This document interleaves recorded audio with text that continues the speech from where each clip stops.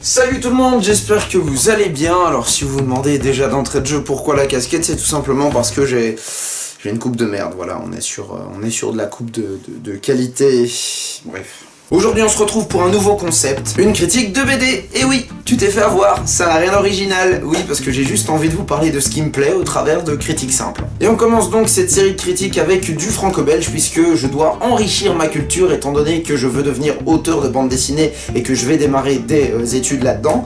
J'aimerais aussi par la même occasion permettre à certains d'enrichir un petit peu leur culture et de les sortir de leur zone de confort, à savoir le comics. Bug d'Enki Bilal est un récit de SF post-apocalyptique. Ce récit nous présente un futur proche dans lequel le monde est régi par la technologie et la dépendance aux lumières bleues, donc aux écrans. Soudain, il va y avoir un bug technologique international. On apprend aussi au cours de l'histoire que des astronautes en mission dans l'espace ont retrouvé leurs camarades morts, à l'exception d'un, et autre fait intéressant, ils ont tous un trou dans le cou. Avec des analyses approfondies, les astronautes se rendent compte que ce qui est à l'origine du trou dans le cou, c'est un petit corps étranger, un petit corps extraterrestre.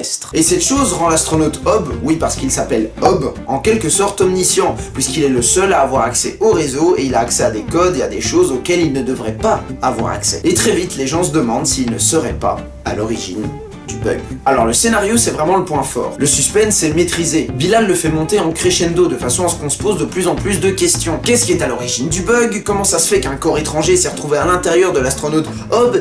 Et est-ce que Hob est à l'origine du bug? Bref, t'as envie de savoir la suite. En termes de mise en page, l'auteur se permet quelques petites mises en scène, comme la représentation d'un article qui présente l'actualité et l'opinion du peuple, de façon à renforcer l'immersion, et en tout cas sur moi ça a fonctionné. Et ce qui selon moi a permis aussi de renforcer l'immersion, c'est que ça se passe dans notre monde, mais dans un futur proche. On a tous vu Black Mirror et on a tous conscience que notre addiction aux écrans nous mènera probablement à une société de merde. Bon, concernant le dessin, c'est peut-être là que ça coince un peu pour moi. Alors déjà, j'aime bien la technique, le crayon, enfin, je crois que c'est du crayon, du moins, on dirait du crayon, avec la peinture, je trouve que le mélange est assez sympa. Les visages sont plutôt bien faits. Alors, à l'inverse, les décors sont un peu moins détaillés, ils sont beaucoup plus suggérés, on va dire, et au début, ça m'a un petit peu dérangé, puis après, au fil de l'histoire, ça a été. Alors, on peut voir aussi que les couleurs sont un peu ternes et rompues, c'est sûrement pour la cohérence avec le ton du récit. Donc, au début, j'avais vraiment du mal avec le style, mais après, franchement, c'est passé. Mais je pense que le truc qui m'a vraiment sorti du récit, c'est le dessin parfois un petit peu trop stéréotypé de certaines minorités. Notamment les asiatiques qui sont dessinés avec les yeux bridés, j'ai envie de dire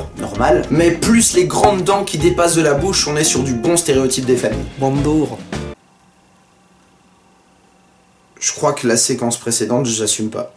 Mais vraiment pas. En gros, Bug, c'est de la très bonne SF post-apo avec un suspense maîtrisé et un style graphique un petit peu différent. Oui, parce que les comics c'est bien, mais parfois il faut savoir aller voir autre chose, il faut savoir enrichir sa culture graphique, voilà, il faut voir autre chose que le style graphique comics américain. Donc toi là, si t'es un petit peu curieux et que t'aimes la SF post-apo, eh bien fais-moi plaisir, va lire Bug d'Enki Bilal. Bref, cette vidéo est terminée, j'espère qu'elle vous aura plu. Si c'est le cas, n'hésitez pas à vous abonner, liker, commenter et surtout partager la vidéo autour de vous si elle vous a plu. Vous pouvez aussi me rejoindre sur mes réseaux sociaux, à savoir Facebook, Twitter, Instagram, vous connaissez la chanson, tous les liens sont dans la description.